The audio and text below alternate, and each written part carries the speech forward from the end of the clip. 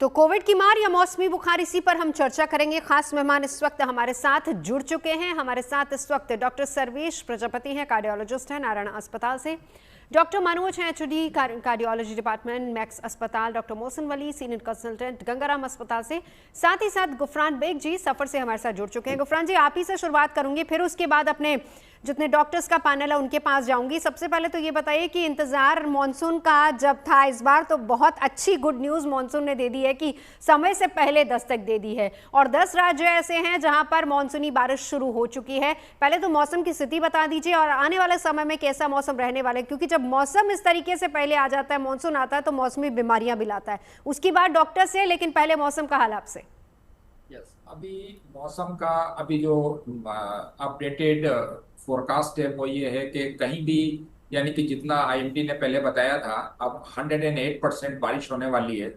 लेकिन जो इसमें समस्या होती है, वो प्रॉब्लम ये है कि ओवरऑल एवरेज तो 108% अच्छा लगता है कि बहुत अच्छा मानसून है, लेकिन वो अनइवन होता है। जैसे कि अभी आप देख लीजिएगा कि जो अभी करीब 15 स्टेट के अंदर, specially Andhra, entire north east Asia, north east India, यहाँ पे मानसून आ गया है। कहीं पे 8 दिन पहले आ गया, कहीं पे 15 दिन पहले आ गया। जैसे मुंबई के अंदर 15 दिन पहले आ गया।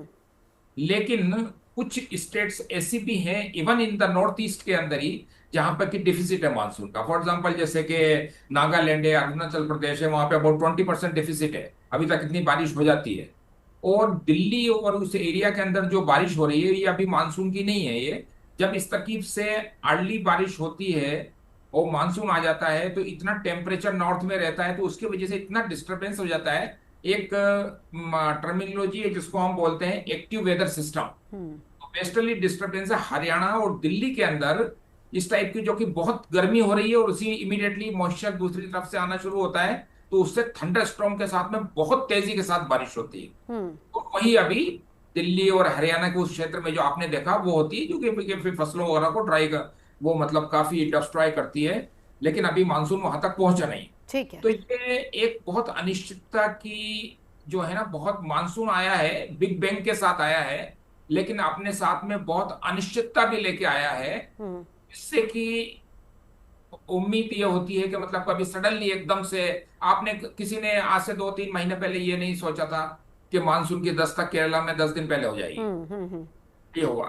तो ये सारी जो अनिश्चितता की ठीक है स्थितियां हैं, सर। इससे हमको सतर्क रहना। अलर्ट रहना है। लेकिन दो सवाल मेरे साथ ही साथ जवाब रख दीजिए। पहली बात तो ये कि क्या मॉनसून की रफ्तार सही रहेगी थ्रू आउट, मॉनसून अपने समय से ही वापस जाएगा, या इस बार बारिश कम होने की संभावना है, जल्दी वापस भी जा सकता है, क्योंकि अगर जल्दी आया तो।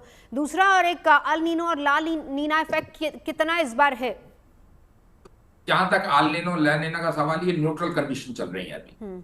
तो न्यूट्रल कंडीशन की वजह से ना तो एल नीनो जो है वो, ला नीना जो है वो डिफिसिट के एक्सेस मानसून का करता है, और एल नीनो जो है वो डिफिसिट मानसून करता है। दोनों का नहीं है, दोनों की न्यूट्रल कंडीशन है। तो जहां तक उसका सवाल है वो पूरा है ना। जहां तक आपने ये बोला कि ये मानसून जल्दी आया है तो जल्दी जाएगा, ये लेट आएगा, वो वाला तो अभी इसमें सिस्टम नहीं होता है कि जल्दी आया तो जल्दी चला जाएगा। लेकिन एक जो संभावना रहती है वो ये रहती है कि जब मानसून 2-3 हफ्ते तक प्रोग्रेस कर जाता है, तो उसके बाद में एक ब्रेक लेता है। और वो ब्रेक कहाँ लग जाए, वो दिल्ली में आते आते लगे, या यूपी में आते आते लगे, या ऊपर और आते आते लगे, वो उसका कोई मतलब अभी तक उसका अनुमान नहीं लगाया जा सकता। तो जहां तक ये है, मानसून का एंजॉय करें हम। ठीक है। उस अब प्रेस होने आखिरी की सवाल, संभावना। उत्तर भारत में कब तक पहुंचने वाला है? उत्तर भारत के अंदर तो अगर यही मानसून की रफ्तार रही, तो हम्म। आने वाले हफ्ते तक उत्तर भारत में पहुंच जाएगा। तब वो ठीक है। करीब करीब 15-20 दिन पहले हो जाएगा। चलिए, बहुत बहुत शुक्रिया गुफरान जी हमारे साथ जुड़ने के लिए। आज आपसे चर्चा बस यहीं तक, क्योंकि इसके बाद हमें चर्चा इस मॉनसून से जुड़ी बीमारियों की भी करनी है और कोविड की भी करनी है। डॉक्टर वली, आपसे शुरुआत करेंगे। मामले बढ़ते जा रहे हैं। सबसे पहले हमारे दर्शकों को जरा क्लियर कर दीजिए कि ये जो मामले, ठीक है, जो मामले आ रहे हैं, जाहिर सी बात है कि वो तो टेस्टिंग के बाद केसेस 1010 की अगर हम बात करें, लेकिन बहुत से ऐसे लोग हैं जिनको ये समझ नहीं आ रहा है कि क्या ये मौसमी बुखार है, मौसमी वायरल है, या फिर कोविड है, और हमें जाके जांच करवानी चाहिए। दोनों में फर्क थोड़ा सा क्लियर कर दीजिए। ये टेस्ट भी बढ़ रहे हैं तो कोविड के केसेस भी सामने नजर आ रहे हैं। ये दोनों चीजें जुड़ी हुई हैं आपस में। बीच में भूल गए थे कोविड टेस्ट करना, तो भूल गए थे। कोविड के केसेस भी नहीं दिख रहे थे। देखिए, ऐसे बॉडी को जो बुखार तोड़ दे और काफी ज्यादा तेजी से आए और इसके साथ नाक के सिम्टम हो, कुछ पेट के भी हों और सांस फूले, मतलब अनयूजुअल देन कोल्ड हो, टेस्ट स्मेल में अगर थोड़ा फर्क महसूस होने लगे, फटीग बहुत ज्यादा हो, तो ये कोविड हो सकता है। तो डॉक्टर के पास जाके पूछ ले, भाई कोविड कराना है तो करा लेते हैं और अब तो फौरन हो जाएगा। आजकल डॉक्टर भी सेकंड थॉट नहीं देगा, फट से करा लेगा और आपको पता चल जाएगा। लेकिन फिर आप क्या करेंगे? घर में जाके बैठ जाएंगे, कुछ मत करिए। तो इसलिए ये जो आपने क्लॉक बनाया बहुत अच्छा, जो घूम रहा है, ये कोविड अब इसी का हिस्सा है, फ्लू भी इसी का हिस्सा है, गैस्ट्रोएंटेराइटिस भी इसी का हिस्सा है, वायरल फीवर भी इसी का हिस्सा है। दरअसल हम लोग एक बहुत पुराना जो टर्म है ना वायरल फीवर, ये तब का है जब हम वायरस की स्क्रीनिंग नहीं करते थे और ये कहलाया जाता था कि अगर बुखार डॉक्टर को दिखाएंगे तो 1 हफ्ते में ठीक हो जाएगा और डॉक्टर को नहीं दिखाएंगे तो 7 दिन में ठीक हो जाएगा, विच मेंट सेम थिंग। तो अब हम बायोफायर कर लेते हैं फट से, कोविड का टेस्ट कर लेते हैं फट से, H3N2 का टेस्ट कर लेते हैं फट से। जी। तो कम से कम पता तो लग जाता है कि ये दुश्मन कौन सा है।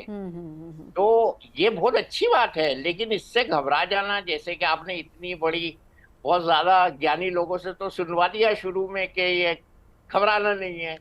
मैं कहता हूँ घबराना है, घबरा के जाके टेस्ट करा के उसके बाद घर में कन्फाइन कर लो। नहीं, वो तो आप बताएंगे तो टेस्ट कराएंगे ना डॉक्टर साहब, ये बहुत इंपॉर्टेंट है। बहुत से लोग बिना पूछे भी टेस्ट कराने चले जा रहे हैं। नहीं, मैंने पिछले प्रोग्राम में तो कहा था कि बगैर पूछे नहीं कराना है, सेल्फ मेडिकेशन नहीं करना है।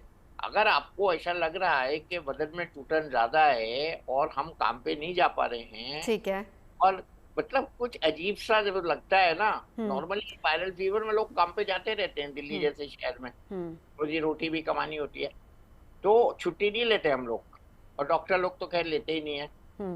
तो अगर मसले ज्यादा हो, टेस्ट इज वेरी इंपॉर्टेंट। बिल्कुल ठीक है, और इसमें टेस्ट करा के, और घबराना नहीं है। ये और लक्षण है, ठीक है, हम लोगों को सबको बहुत अच्छे से लगे हुए। हमारा काम है ना डॉक्टर साहब, हमारा काम है ना गुड न्यूज टुडे का, हम तो लोगों को कहेंगे घबराइए नहीं। और ये इसीलिए हम कहते हैं कि आप घबराइए नहीं। क्यों? क्योंकि जहां आप घबराएंगे वहां आपकी मेंटल स्ट्रेस बहुत ज्यादा बढ़ जाएगा। आपको अगर याद हो तो जब कोविड आया था, आधी से ज्यादा जनता तो स्ट्रेस में चली गई थी, और इसीलिए गुड न्यूज टुडे लेकर आए थे हम कि आप तनाव में नहीं रहिए, स्ट्रेस में नहीं रहिए, आप समाधान खोजिए। और समाधान के लिए आप तीनों लोग हमारे साथ आज मौजूद हैं।